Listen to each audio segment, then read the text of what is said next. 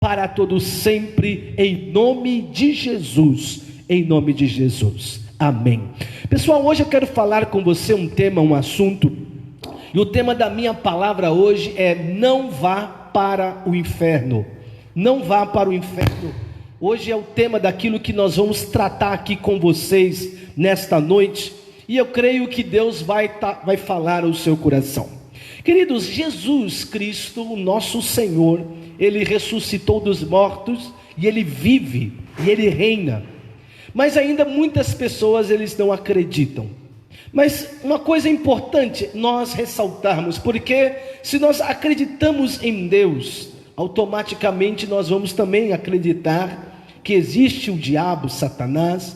Se nós acreditamos na luz, existe as trevas. Se existe o bem, também existe o mal. E se existe o céu, também existe o inferno. Você sabia que Jesus, Ele falou mais do inferno do que a gente possa imaginar? Jesus, Ele dava muita ênfase quando ensinava para as pessoas sobre o inferno, porque o inferno era um dos temas preferidos de Jesus para falar com as pessoas, para tratar, para ensinar as pessoas. E nós não podemos achar que servimos um Deus que é amor, um Deus que é amoroso, e que nos poupará ou que poupará as pessoas do inferno. Deus, Ele é amor, a Bíblia diz que Deus é amor, mas o amor de Deus, ele não está acima da palavra de Deus. A palavra, ela é eterna, a palavra, ela é a base, ela é a fonte de tudo. A palavra, a Bíblia Sagrada, ela nos ensina, ela nos fala muito sobre o inferno. E nós precisamos compreender que nós não temos que ser crentes ou cristãos, nós não temos que ser religiosos ou frequentadores de uma igreja. Nós precisamos ser salvos. O que vai valer é a nossa salvação. No que adianta a gente ser crente, mas não ser salvo? O que adianta frequentar uma igreja, mas não ser salvo? O que adianta ser um religioso, mas não ser salvo? O nosso grande alvo, o nosso grande objetivo, o nosso grande propósito é sermos salvos, é a nossa salvação estar em jogo, a salvação é o nosso grande foco. A salvação, ela é individual. Não é porque você é casado com alguém que é de Deus, ou vai à igreja, ou que lê a palavra, ou se você é casado com alguém que é salvo, que você não precisa ser salvo. A salvação, ela é individual, ela é independente de quem somos filhos, de quem convive conosco. A salvação, ela é um grande objetivo, é o nosso principal alvo. Nós não temos que ser crentes religiosos, nós precisamos ter de fato a certeza da salvação e sabermos que foi para isso que Jesus morreu numa cruz, para sermos salvos. E cada um de nós temos que construir a nossa salvação. A nossa salvação, ela precisa ser construída dia a dia, passo a passo, caminhada após caminhada. E há um texto da Bíblia que eu quero ler com você, e hoje nós vamos usar aqui bastante a Bíblia, tá ok? Então você vai poder acompanhar aqui nas telas os versículos, o que vai sendo passado para você. E eu quero ler o texto que está lá em Apocalipse, capítulo 20, versículo 11, que diz assim, Apocalipse 20, 11. Depois vi um grande trono branco, e aquele que nele está sentado. Estão acompanhando? Ok. A terra e o céu fugiram da sua presença, e não se encontrou lugar para eles. Vi também os mortos, grandes e pequenos, em pé diante do trono, e livros foram abertos. Outro livro foi aberto, e o livro da vida.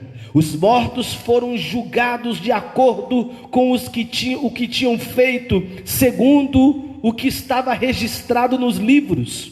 O mar entregou os mortos que nele havia, e a morte e o inferno entregaram os mortos que neles havia. e cada um foi julgado de acordo com o que tinha feito. Então a morte e o inferno foram lançados no lago de fogo. O lago de fogo é a segunda morte.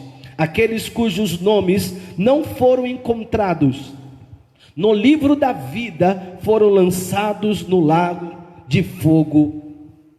Alguma tradução diz ardente. Veja que coisa interessante, esse é um texto que fala do fim do fim.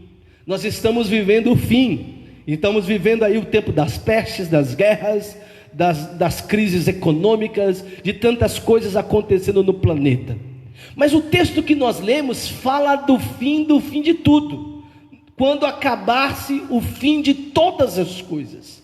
E a Bíblia Sagrada diz aí no livro do Apocalipse que todos os grandes e os pequenos estarão diante do Senhor. Não vai haver distinção de famosos, de anônimos, de gente com um grande poder econômico, de ricos, de pobres, de classes sociais, de cor, de raça. A Bíblia diz que todos um dia vão estar diante do trono, diante do Senhor. E a Bíblia diz que no versículo 13 que todos serão analisados segundo as suas obras. Então diz o texto que os mortos vão reviver, aqueles que foram mortos, que acabaram, a matéria não existe mais, o além vai trazer de volta essas pessoas, e todas elas estarão diante do Senhor, e a Bíblia diz que ali nós iremos ser julgados segundo as nossas obras. E o texto, versículo 14, fala da segunda morte. Qual é a segunda morte? É quando o inferno será lançado dentro do lago de fogo. Hoje eu quero convidar você a fazer uma reflexão diferente, da gente parar um pouco nesse tempo de crise, nesse tempo onde as pessoas andam aflitas, angustiadas, desesperadas, as pessoas andam aí em pânico, em pavor, o ser humano está cada vez mais sendo assolado por tantas informações e situações que chegam aos nossos ouvidos, chegam até nós. Vamos pensar um pouco hoje sobre a salvação. A palavra salvação significa ser livre de algo. Salvação é ser alcançado, ser redimido, ser livre de algo, de uma condenação. Quando nós falamos Jesus me salvou, nós queremos dizer o quê? Nós queremos dizer que Jesus nos livrou, nos salvou de uma destruição. E hoje eu quero convidar você a fazer uma reflexão sobre o inferno, porque o inferno, ele é uma coisa real, é algo que vai acontecer, que existe, e nós precisamos avaliar a nossa caminhada. Eu creio que esses dias de quarentena, esses dias estão sendo dias de análise, está sendo dias onde as pessoas estão sendo levadas a refletir sobre a vida, sobre muitas coisas.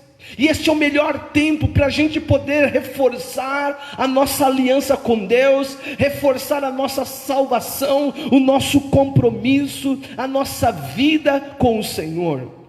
E eu quero ler mais um texto. Hoje nós vamos ler aqui um pouquinho a Bíblia com vocês, e você vai poder acompanhar aí na tela. Nós vamos deixar o vídeo salvo, para depois você anotar os versículos, se você quiser, ou se você quiser estar anotando agora também. E a Bíblia diz lá em Lucas, capítulo 16, eu quero te convidar a você ler comigo, Lucas 16, 19, a Bíblia diz um outro texto. Agora nós vamos para as palavras do Senhor Jesus. Jesus disse assim: havia um homem rico que se vestia de púrpura e de linho fino, e vivia no luxo todos os dias. Diante do seu portão fora deixado um mendigo chamado Lázaro, coberto de chagas.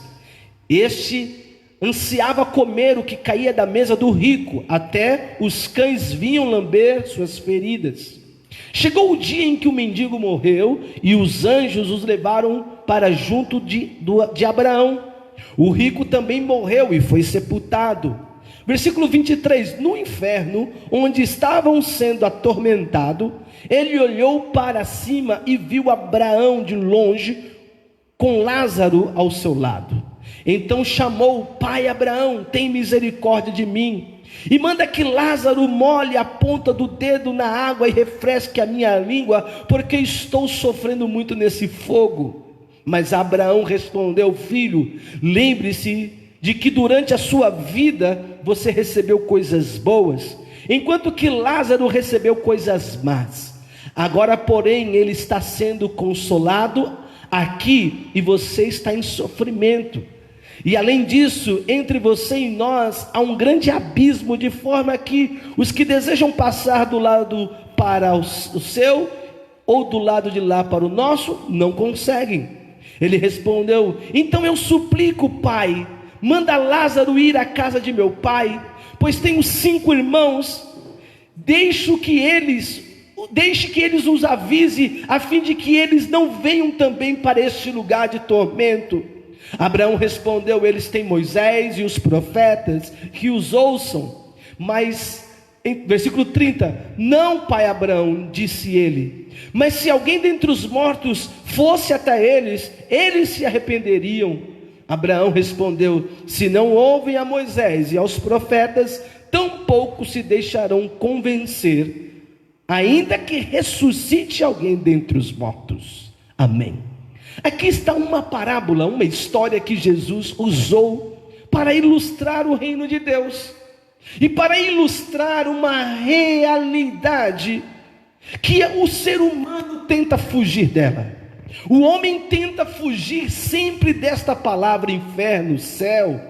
As pessoas não querem meditar, não querem pensar nisso, porque muitas das vezes isso traz pânico, traz pavor para as pessoas. Mas Jesus, ele ensinava muito sobre isso, porque isso é muito importante, ou melhor, isso é determinante na nossa vida, na nossa caminhada. E aqui ele conta a história de um rico, de um homem rico, poderoso, e que tinha na porta da sua casa mendigos. E a Bíblia diz que chegou um dia, o tempo, que aquele mendigo que estava na porta do homem, o mendigo se chamava Lázaro, morreu. E aconteceu que o rico também morreu, e a morte é uma realidade para todos. Uma hora ela chega, uma hora ela bate na nossa porta. E a palavra do Senhor diz que então os dois foram levados. E a Bíblia diz que um foi para o seio de Abraão, foi para onde Abraão está. Foi para lá o Lázaro, o mendigo, e o rico, não tinha nome, mas ele foi para um lugar chamado inferno. Algumas traduções usam a palavra Hades. E a Bíblia diz que então lá no Hades, no inferno, ele começou a ser tormentado, chamas, agonia, pavor e sede. E a Bíblia diz que aquele homem, no meio daquele caos, ele olhou e viu do outro lado o mendigo, e ele lembrou: puxa, esse é o homem que ficava na minha porta, e ele ficava me pedindo esmola. E a Bíblia diz que então ele começou a gritar, e ele reconheceu até Abraão e falou: pai Abraão, pede para que o Lázaro, ele molhe o dedo, me traga aqui um pouquinho de água, porque eu estou em tormento. E Abraão começou a conversar e desenrolar com ele, dizendo: não tem como, ó, tem uma grande separação entre nós aqui e você aí, não tem como chegar. E o Abraão colocou todos os obstáculos, impedimentos. Então aquele homem em agonia, em pavor, em pânico, disse: então por favor, pede para o Lázaro correr lá na minha casa e chamar meus filhos, minha mãe, meu pai, meus irmãos, e avisar que existe esse lugar, para que eles possam se arrepender, para que eles possam entrar no reino de Deus, para que eles também não venham para este lugar. E Abraão disse: meu querido, lá na terra, lá eles têm Moisés, eles têm os profetas, eles têm os homens de Deus, eles que escutem esses homens, porque agora não tem como voltar. Nós vamos analisando aqui, querido, algumas coisas interessantes que eu quero compartilhar com você nesta noite. Este homem rico, ele nunca imaginaria que iria para o inferno. Ele nunca iria imaginar que um dia ele pudesse ir ao inferno. Ele vivia, a Bíblia diz no versículo 19, que ele era rico, ele se vestia de púrpura, de linho fino, e a Bíblia diz que ele vivia no luxo. Então, se traduzirmos para hoje, podemos dizer que tinha um grande palácio, uma casa grande, ele tinha funcionários, ele tinha os melhores carros, ele usava as melhores roupas, as roupas mais caras, as roupas de grife, ele andava nos carros mais luxuosos, ele tinha na sua casa piscina aquecida, ele tinha na sua casa grande luxo. A Bíblia fala que todos os dias ele se revestia de luxo, então ele comia as melhores comidas, ele andava nos melhores restaurantes, ele vivia no granfino, ele era da alta classe da sua época, ele era um homem poderoso, ele era um homem riquíssimo, ele era um homem da elite, ele era um homem poderoso. Ele nunca imaginaria que se um dia ele morresse, ele iria para este lugar chamado inferno. Ele dizia, eu nunca fiz nada de errado. Quantos dizem isso, né? Eu nunca matei, eu nunca roubei, eu nunca adulterei, eu nunca fiz coisas erradas. Imagine se eu vou para este lugar. Imagina, não, esse lugar, que é isso? Muitos pensam que através até mesmo de boas ações, sendo bonzinhos, vão conseguir o céu, vão conseguir se livrar disso. Ele era um homem que vivia cheio de prazeres, de coisas maravilhosas. Sabe que existe algumas coisas que não vão te levar para o céu, que não garante a sua salvação. Existem algumas coisas que não garante, que a gente pode entender aqui nesse texto, nessa história. Riquezas é uma delas. Você não vai levar nenhuma riqueza para o céu. Você não vai levar seu dinheiro, seu cartão de crédito, você não vai levar o cartão, aquele cartão preto especial de não sei quantos de mil de limite, você não vai levar recursos financeiros, você não vai levar dinheiro, você não vai levar bens, você não levará nada. Riqueza não garante o céu. Deus pode nos prosperar, sim, com certeza, mas a prosperidade não garante salvação. Riqueza não garante salvação. Ele era um homem rico. Boas convicções religiosas também não garantem a salvação. E talvez ele foi criado numa família educada, numa família onde se era ensinado certinho, corretinho, tinha ali, olha, isso benzia, ele tinha toda ali uma coisa religiosa, uma tradição. Ele era um homem educado, ele era um homem de elite, ele era um homem fino. Conhecimento também não te traz o céu.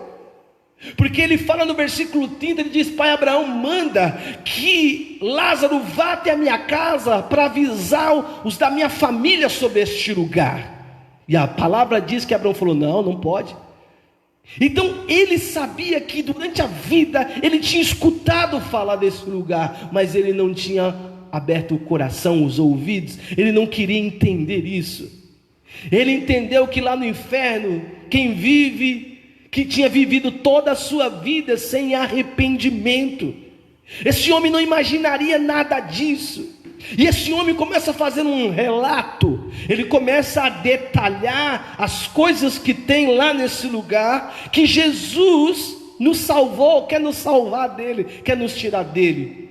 Esse homem começa a relatar como era o inferno. Vamos analisar, quero te convidar a você a estudar comigo. Primeiro, a Bíblia fala que é um lugar de tormento. No versículo 23 diz: no inferno onde estava sendo atormentado, ele olhou para cima e viu Abraão de longe com Lázaro ao seu lado. O inferno é um lugar de tormento. Essa é uma palavra, querido, que nunca você deve pronunciar na tua casa. Às vezes as pessoas abrem a boca para falar isso dentro de casa: que inferno! Às vezes as pessoas falam essa palavra quando elas estão com raiva: a minha vida é um inferno. Às vezes as pessoas falam isso para uma criança: um inferno de criança. Às vezes as pessoas abrem a boca para falar isso, mas as pessoas não sabem do que estão falando. Elas não sabem, porque se elas soubessem, se elas lessem nas escrituras o que é o inferno, as pessoas teriam medo, pavor desta palavra. Porque a Bíblia fala que no inferno ele estava sendo atormentado. Você sabe o que é ser atormentado? A palavra tormento aqui é tortura. Então no inferno é um lugar onde você é torturado, mas você não morre, porque não tem mais morte. Então a pessoa fica ali padecendo, definhando, sendo atacado por bichos, sendo atacado por feridas, por doenças, por enfermidades. É um lugar de pavor, é um lugar de tormento, é um lugar onde você não tem um pingo de paz, um lugar onde você não consegue relaxar, descansar, aonde é um tormento eterno. Ele fala mais como esse lugar, diz no versículo 24, que era um lugar de sofrimento. Então chamou o pai Abraão: tem misericórdia de mim, e manda que Lázaro molhe a ponta do dedo na água e refresque a minha língua, porque estou sofrendo neste fogo. Sofrimento. Sabe, às vezes a gente reclama da nossa vida, a gente reclama das coisas que acontecem, dos nossos problemas, das nossas lutas, das nossas dificuldades, quando Deus muitas das vezes é muito bom, porque Deus nos guarda, Deus guarda a nossa casa, Deus guarda a nossa família. Às vezes nós não conseguimos tudo aquilo que nós queremos, porque Deus não nos dá tudo do nosso jeito, é do jeito dele.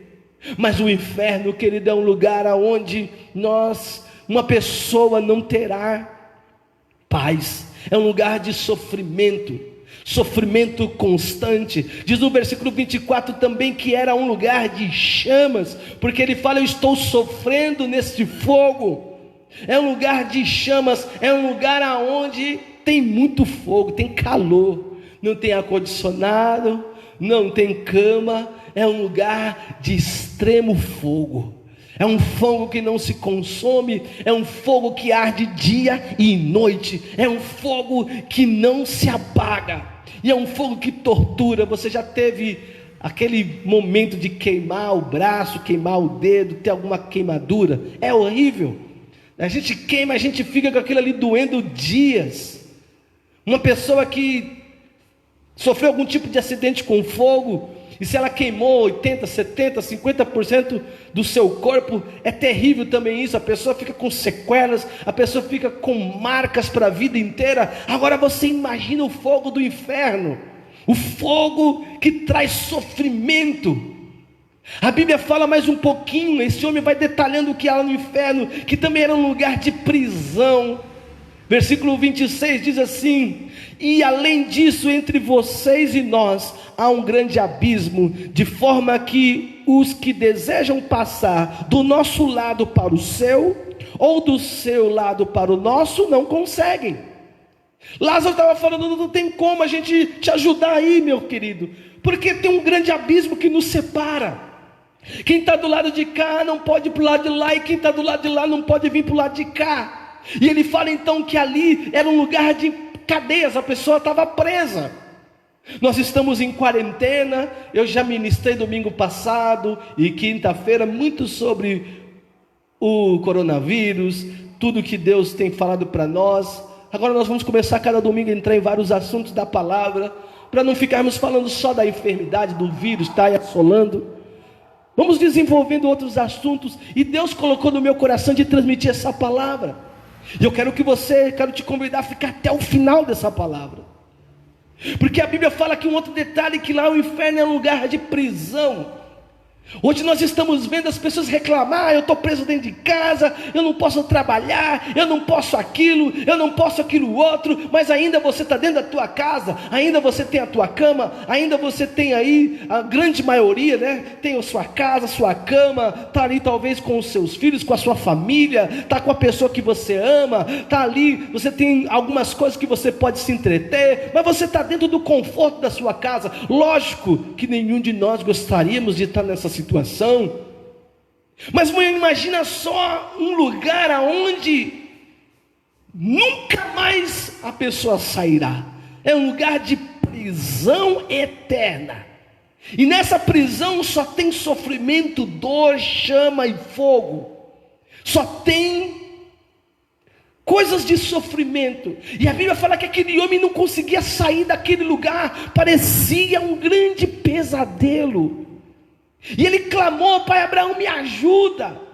A quinta coisa que a gente observa quando esse homem rico está lá no inferno, que ele faz: que ele nos detalha, nos traz o detalhe sobre o inferno, é que era um lugar de consciência plena. Nós não vemos o Lázaro falando nada. Se você for ler essa parábola, o Lázaro nunca fala nada. Quem fala com o rico é o Abraão. O Lázaro não se manifesta, o Lázaro não fala. E o versículo 27 diz assim: ele respondeu: então eu te suplico, pai. O rico falando: manda Lázaro ir à casa do meu pai, pois tenho 5 irmãos.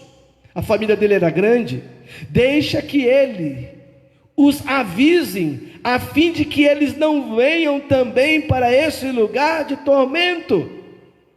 Então ele faz um pedido: já que eu não posso sair daqui, já que eu estou preso nesse lugar de chamas, de pavor, de sofrimento, de fogo, então por favor, pede para o Lázaro que está aí, correr lá na minha casa, tocar a campainha e chamar os meus irmãos e falar para eles: olha, fulano de tal me mandou aqui te avisar que existe lugar assim, assim, assim, assim, assim, que você não pode ir para lá, não vá para esse lugar. Então nós observamos que lá no inferno o rico tinha consciência dos seus atos. Sabe, querido, hoje a gente faz alguma coisa, se é errado, a gente quer colocar debaixo do tapete e esquecer. E lá no inferno ele começou a lembrar de tudo. Ele passou um filme na cabeça dele. Ele começou a lembrar de quantas das vezes ele fez algo errado, algo assim. Ele começou a lembrar da sua vida. Ele começou a lembrar do seu pai, da sua mãe, dos seus irmãos, da sua família, da sua casa. Mas não tinha mais jeito. O tempo havia acabado, o cronômetro zerou, e ele não tinha mais como sair daquele lugar. Queridos, eu quero hoje, através do Espírito Santo, eu creio que Deus quer falar algo ao seu coração. Que nós precisamos, nesses tempos que estamos sendo assolados por enfermidades, por problemas, é o tempo da gente cuidar da nossa vida espiritual, é cuidar da nossa alma, porque agora você não pode fazer mais nada, você não tem mais tempo para trabalhar. Aliás, você não pode mais trabalhar, você não pode mais fazer isso, mais fazer aquilo. Nós não sabemos quanto tempo vai durar tudo isso.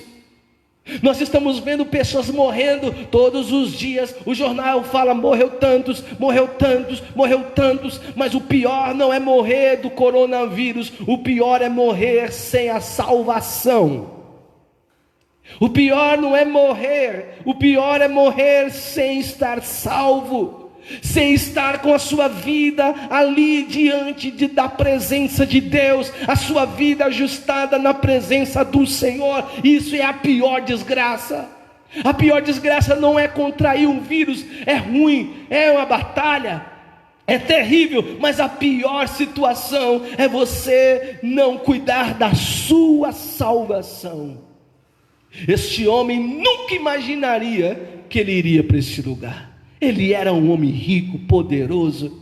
E quando a gente tem riquezas, a riqueza nos traz ilusão, nos dá aquela sensação que nós estamos acima do outro, nos dá aquela sensação que nós somos poderosos, que o outro é inferior.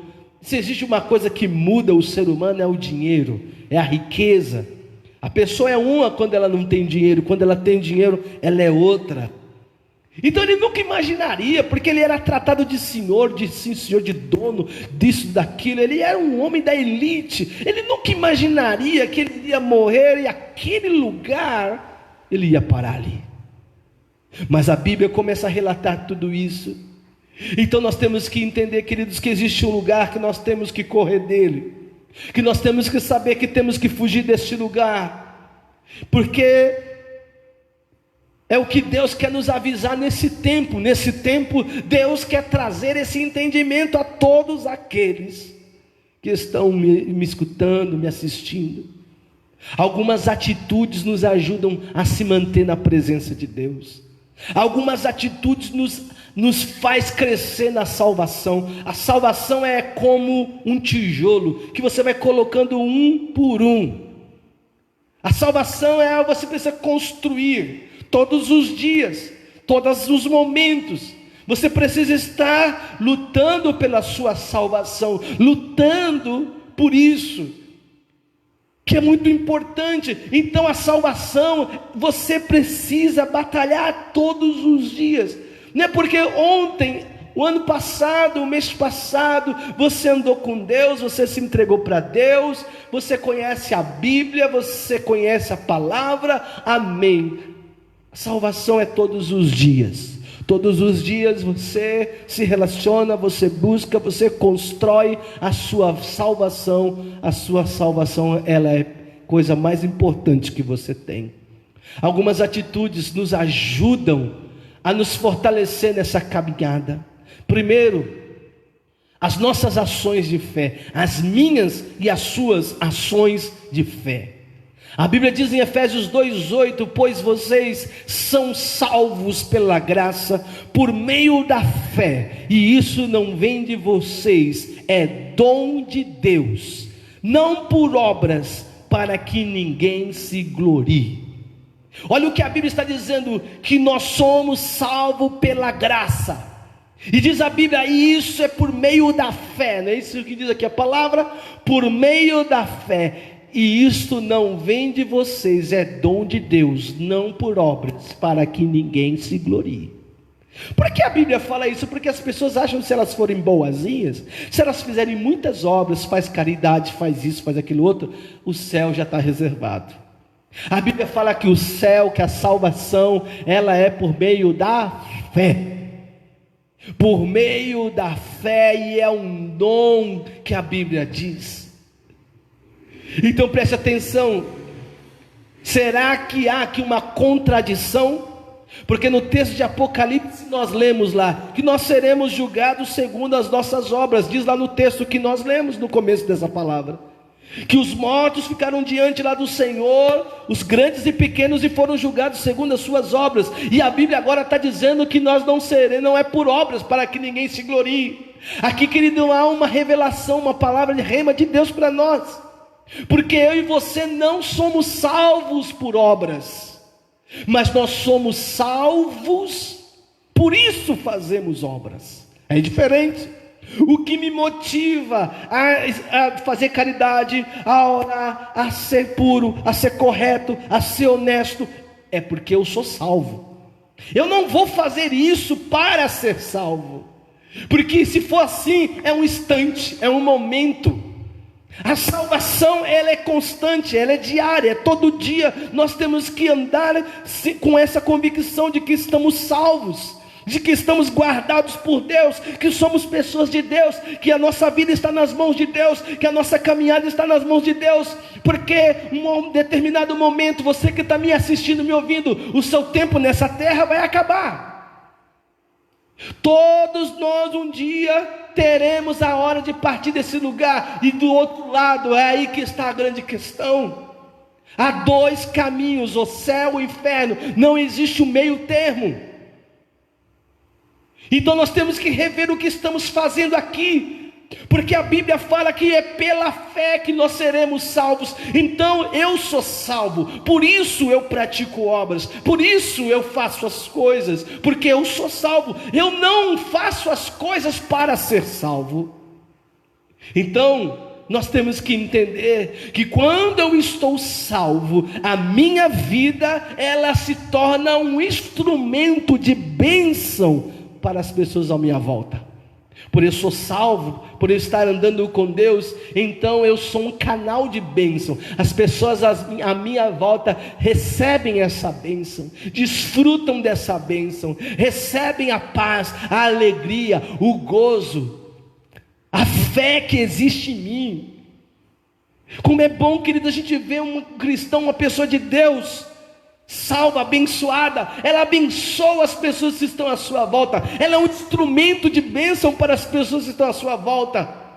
Hoje, querido, nesse tempo que nós vivemos, que é um tempo onde só tem pânico, medo, dúvida, pavor, onde as pessoas estão desesperadas, não seja mais um instrumento de maldição, seja um instrumento de bênção.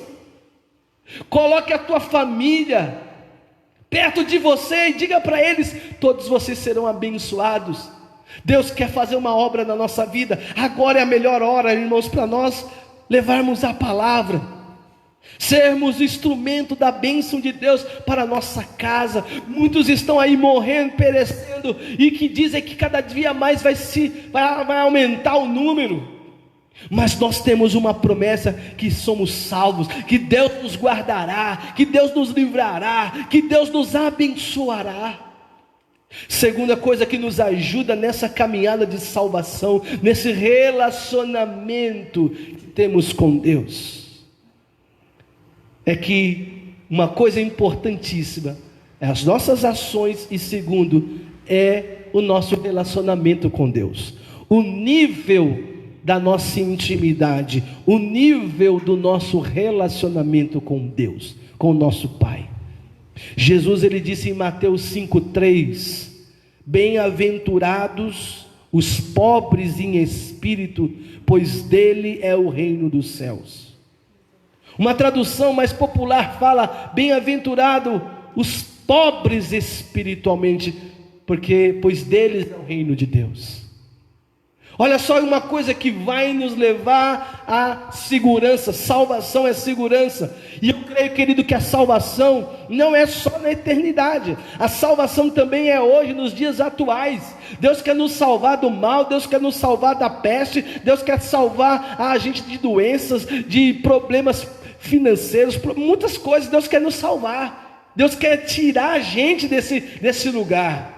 A maior salvação é a eternidade, mas a Bíblia fala aqui que bem-aventurado aqueles que são pobres de espírito, porque esses sim verão o reino dos céus.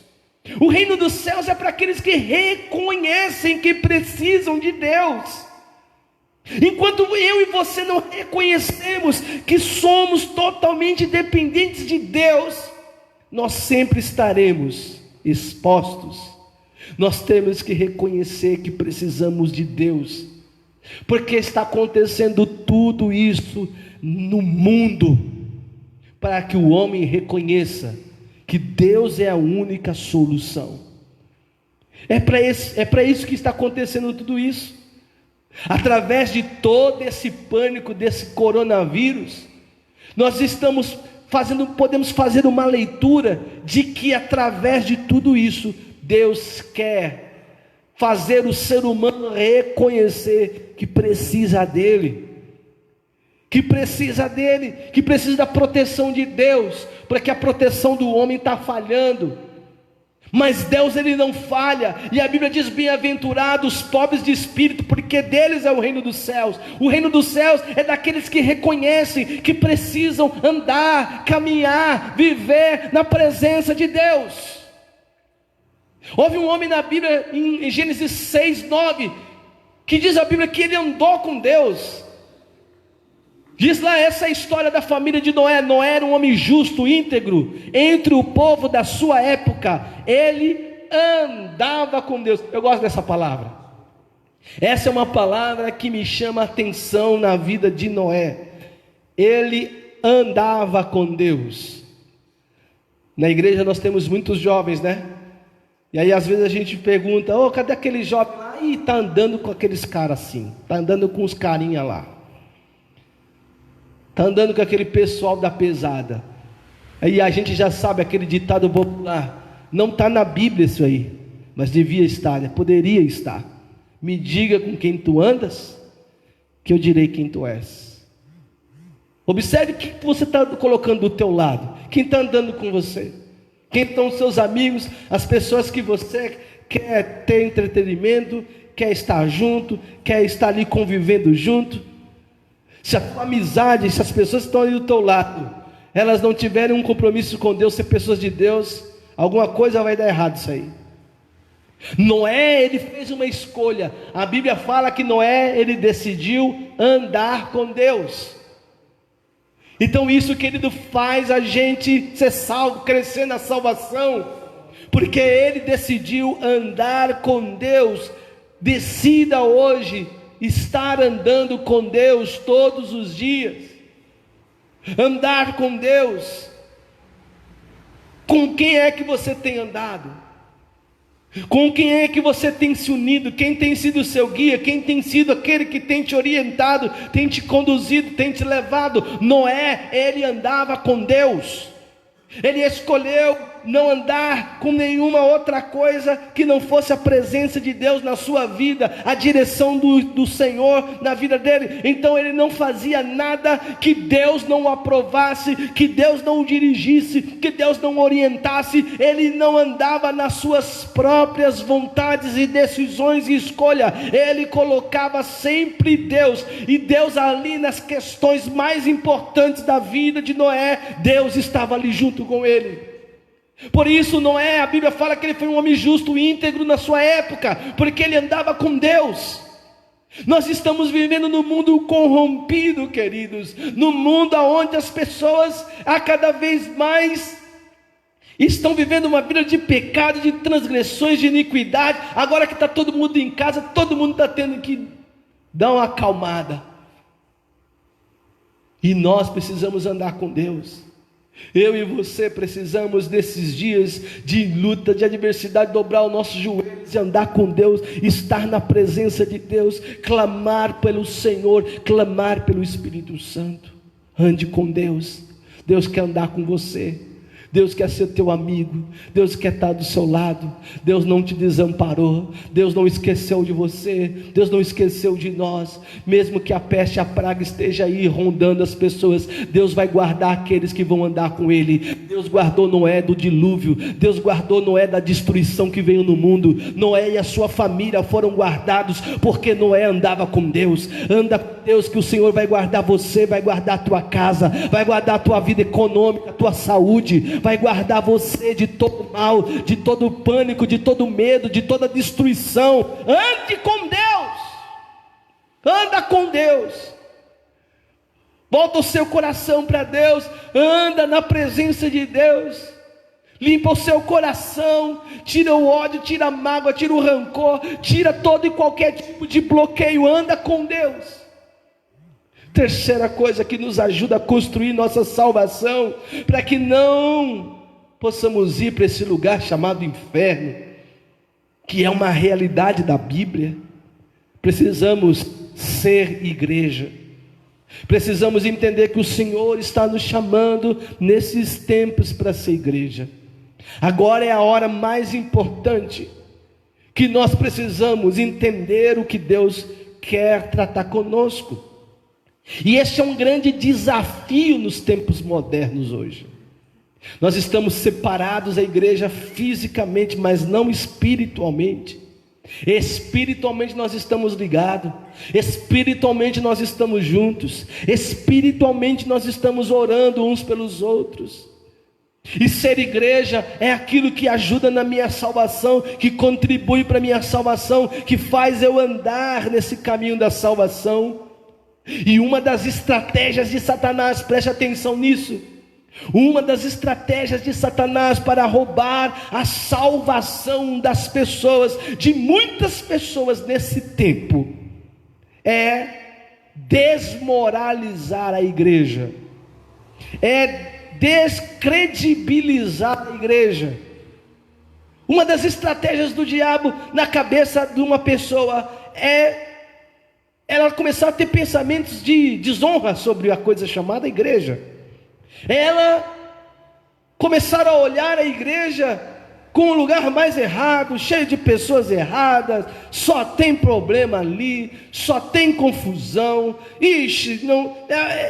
Essa é uma das estratégias do diabo. Uns usam a tal expressão que hoje está na moda, eu sou a igreja, para justificar isolamento, para justificar afastamento, para justificar pecado às vezes, quando muitas das vezes rebeldia, desobediência a alguma coisa, feridas. Então a pessoa usa esse tema, eu sou a igreja, não para poder usar essa expressão de uma forma que ela é igreja porque ela está fazendo a diferença, porque ela está na unidade da igreja fazendo a diferença, mas para justificar outras situações. Então se usa uma palavra bonita, apontando para uma outra questão, para uma outra motivação, para argumentos incorretos. O que nós precisamos entender é que Jesus virá buscar a igreja. O Senhor não virá buscar indivíduos, Ele virá buscar a noiva, a igreja. Você já parou para pensar o que é a igreja na visão bíblica, não na nossa visão? Na visão bíblica, a igreja é um corpo. A igreja é um corpo. A igreja não é um indivíduo, a igreja é um corpo. É junto, são vários membros que formam um corpo. Então não tem como o seu pé andar longe do seu corpo. Não tem como a tua mão sair do teu corpo. A nossa mão, nosso pé, ele tem que estar junto, porque ele faz parte de uma engrenagem. E a Bíblia fala lá em 1 Coríntios 12, 25, eu quero ler, e eu quero que você acompanhe aqui, 1 Coríntios 12, 25, a fim de que não haja divisão no corpo, mas sim que todos os membros tenham igual cuidado uns pelos outros. Quando um membro sofre, todos os outros sofrem com ele. Quando um membro é honrado, todos os outros se alegram com ele. Ora, vocês são o corpo de Cristo, e cada um de vocês individualmente é membro desse corpo. Assim, na igreja, Deus estabeleceu primeiramente apóstolos, em segundo lugar profetas, em terceiro lugar mestres, depois os que realizam milagres, os que têm dons de curar, os que têm dom de prestar ajuda, os que têm dons de administração e os que falam em diversas línguas. Veja só que como Paulo fala um pouco como funciona essa igreja, que Jesus vai vir buscar, que Jesus vai arrebatar, que Jesus vai vir tirar dessa terra.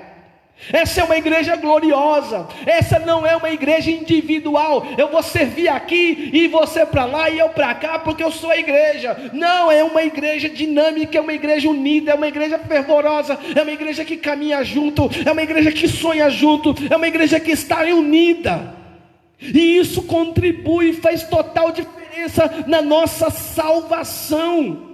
Igreja é um corpo unido, não é uma bagunça, não é cada um querendo fazer de um jeito. Eu não gostei dali, vou para cá, vou para lá.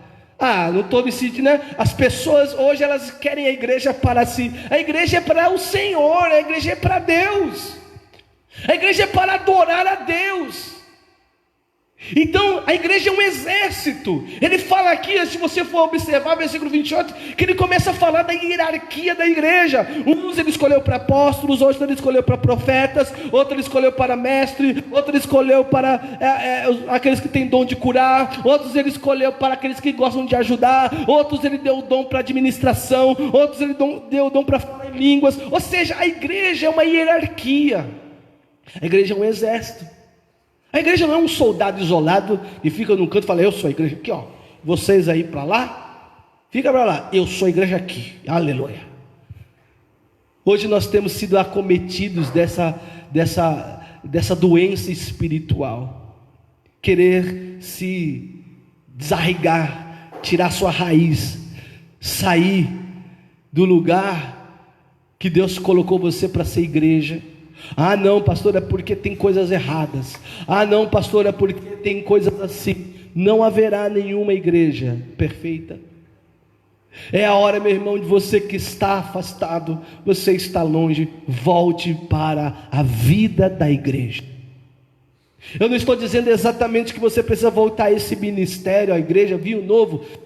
Se você quiser estar vindo conosco, vai ser uma bênção poder estar te ajudando a viver a vida da igreja novamente. Mas se você, por algum motivo, não seja lá qual for, você não queira ou não se sinta aqui, mas vá em outra, permaneça firme lá. Viva a vida da igreja, não seja um frequentador de igreja, viva a vida da igreja. Eu estou aqui para seguir a Deus, para andar com Deus, para viver para Deus, para estar debaixo da cobertura espiritual com os meus irmãos, em unidade, em alegria, em paz e em amor. Viva a vida da igreja, esteja sendo igreja. Não fique naquela rota: não, eu estou aqui, casa daqui, eu vou seguir, e vocês ficam para lá, porque tem muita coisa errada, sabe? Você é muito santo, você é muito perfeito, então não pode se contaminar com os demais. Todos nós somos falhos, pecadores, mas o Senhor nos chamou como igreja. O Senhor não vai vir buscar uma pessoa isolada, irmão. O Senhor vai vir buscar uma igreja, um corpo. Ele vai vir buscar um corpo. Lembra quando Jesus foi para o céu a última vez, ou os dias que ele esteve na terra? Observe se ele apareceu a uma pessoa só. Ele apareceu sempre a uma igreja, a uma equipe, a um corpo. Sempre. O dia que Tomé faltou na reunião, Jesus apareceu lá ressurreto. Você lembra? Você já leu isso na Bíblia? E foram falar para Tomé: nós vimos Jesus. O que Tomé falou? E se eu não ver Jesus tocar no dedo dele lá, e aí é só assim que eu vou acreditar que ele está vivo, ressuscitou. Jesus não fez questão de aparecer só para Tomé, o dia que Tomé estava lá na casa dele. A Bíblia fala que passou alguns dias, os discípulos estavam juntos, unidos, aí o Senhor Jesus apareceu lá. Aí no meio da igreja, Jesus foi e falou com ele: toca aqui, vê se não sou eu. Última vez que Jesus se despediu dos discípulos, estava no meio da igreja. Estavam os 12, a equipe toda reunida, e Jesus foi arrebatado e falou: ide pregar o evangelho que eu vou voltar, mas vocês vão fazer sua missão.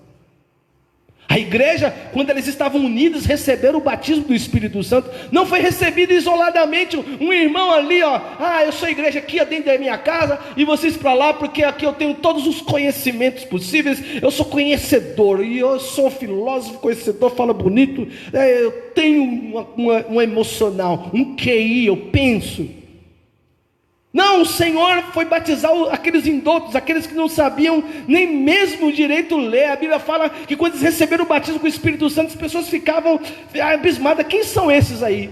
Porque eles estavam ali 120 reunidos no mesmo lugar. Então veio do céu um som como um vento impetuoso, encheu aquela casa, e todos eles começaram a falar em línguas. Meu irmão, o Espírito Santo de Deus nesses dias quer te encher. Esses dias, meu irmão, é de quarentena, mas é o tempo onde o Espírito Santo quer encher o teu coração de paz, de amor, de alegria, porque você está conectado à igreja. Agora é o momento de você estar mais perto, mais junto, orar pelos pastores, pelos líderes, pelos irmãos da tua igreja, do ministério que você faz parte, estar conectado. Agora nós estamos isolados nas nossas casas, mas em espírito nós estamos sendo renovados.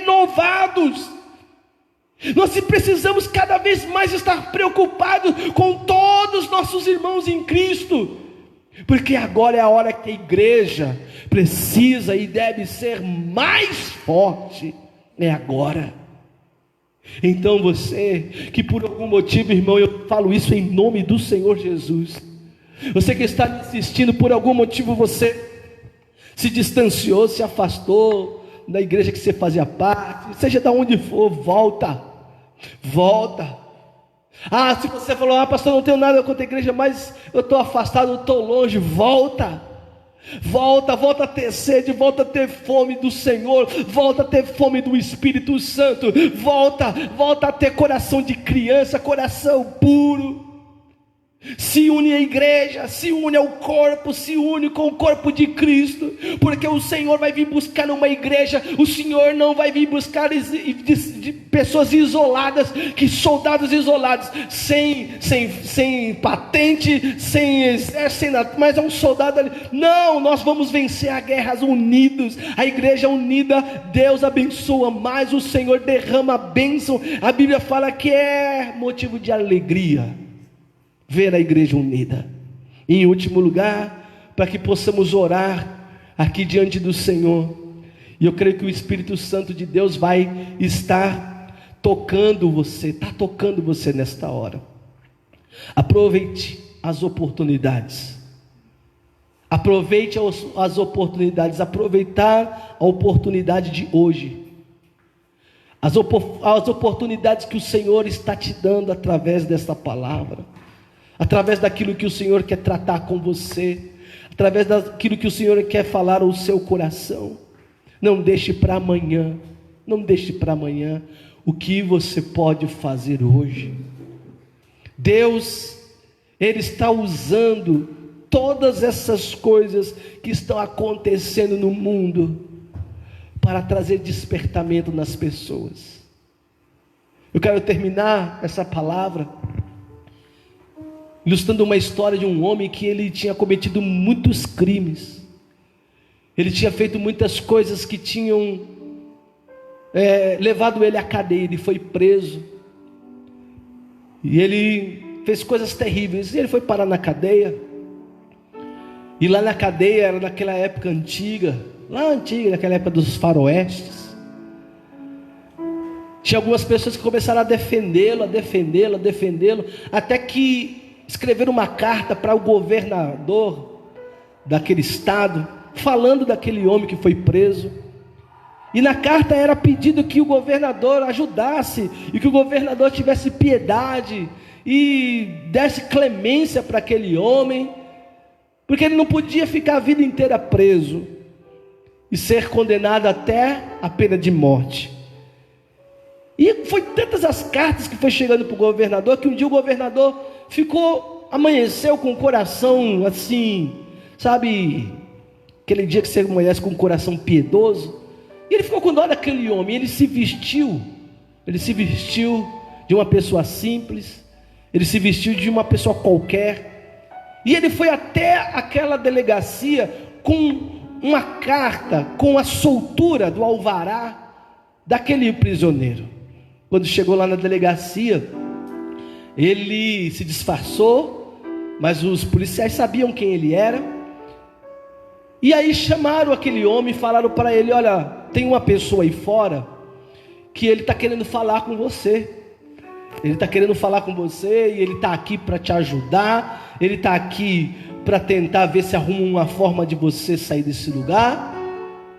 E aquele homem estava tão revoltado da vida, porque ele era um criminoso, e falou: já me condenaram a pena de morte, já me condenaram, eu não tenho mais jeito para mim, e eu não quero receber visita de ninguém. Não, fala aqui, não quero receber visita de ninguém, eu não acredito mais em ninguém. E então, mas insistiam para ele: ele quer conversar com você, pelo menos para ver se pode te ajudar em alguma coisa. E aquele homem falou: não quero receber visita de ninguém, manda esse homem embora. Então chegaram para o governador e falaram: olha, ele não quer te receber. E o governador foi embora. Foi dada a sentença daquele homem, e a sentença foi que ele tinha que morrer. E ele chegou no dia da morte dele. Perguntaram para ele: você quer falar alguma coisa antes de você morrer? E antes de morrer, ele falou assim: eu quero falar uma coisa, sabe? Quando eu sei que hoje eu vou perder minha vida aqui, mas a pior situação na vida de uma pessoa não é ela morrer, mas é ela recusar as oportunidades que Deus nos dá. Porque depois que o governador foi embora, os policiais entraram na cela dele falando: você é louco, você mandou embora o governador, ele estava com o seu alvará de soltura, mas antes ele queria conversar com você, e você não queria receber, atender ninguém. Deus não vai julgar e Deus não vai condenar as pessoas ao inferno por causa dos pecados, porque você já fumou, você já matou, você já roubou, você já fez isso, mais aquilo outro, isso daí, pecado para Deus, Ele não se surpreende com o pecado de ninguém. Mas Deus, querido, vai muitas das vezes nos julgar e nos condenar pelas oportunidades que nós tivemos de nos arrepender, de voltar, de se aliançar com Deus, de buscar a Deus, e a gente falou: Senhor, estou muito ocupado, não dá, não posso, eu tenho outras prioridades. E sim, nós seremos julgados pela graça que nós recusamos, pela misericórdia que nós recusamos, pelas oportunidades que recusamos. Hoje é o dia que o Senhor está te chamando: vem para mais perto de mim, vem para mais perto de mim. O tempo que está vindo, querido, é o tempo do fim que estamos vivendo. O tempo que estamos vivendo é o tempo onde as coisas vão começar a acontecer, e a humanidade vai ser mais apertada. E Deus, querido, quer chamar aqueles que são seus para perto, para próximo dEle. E Ele te chama nesta noite, chama você para uma maior comunhão com Ele. Não se iluda, até mesmo você que estava dentro da igreja, coração frio, toda hora desanimado, toda hora assim, você e eu precisamos despertar nesse tempo. É o tempo de buscarmos e termos mais sede e mais fome do Senhor. É o tempo que o Espírito Santo nos chama. Tem mais um ponto dessa palavra que nos ajuda na nossa salvação, mas eu vou deixar para compartilhar depois da oração. Eu quero te chamar agora a orar. Eu quero convidar você, quem está aí ao seu lado, as pessoas que estão à sua volta, que a gente possa orar junto. Orar, clamar a Deus hoje: Senhor, eu preciso de Ti. Deus, Tu és a minha salvação. Deus, Tu és tudo o que eu preciso, Senhor. Se você está precisando de paz, Ele vai te dar paz hoje. Se você está precisando de alegria, Ele é a tua alegria. Se você está precisando de descanso, talvez você está ansioso, ansiosa, você está aflito, você está angustiado, Ele é a tua paz. Nós não sabemos os dias, os próximos que virão, mas nós sabemos que se estivermos na presença dEle, Ele nos guardará, Ele nos sustentará no meio de todas e quaisquer situações. Quero te convidar a orar. Quero convidar você para falar com Deus aonde você estiver, a você clamar pela graça, pela misericórdia e pela bondade do Senhor, em nome de Jesus. Tem algum cântico para a gente cantar? Pensou aí?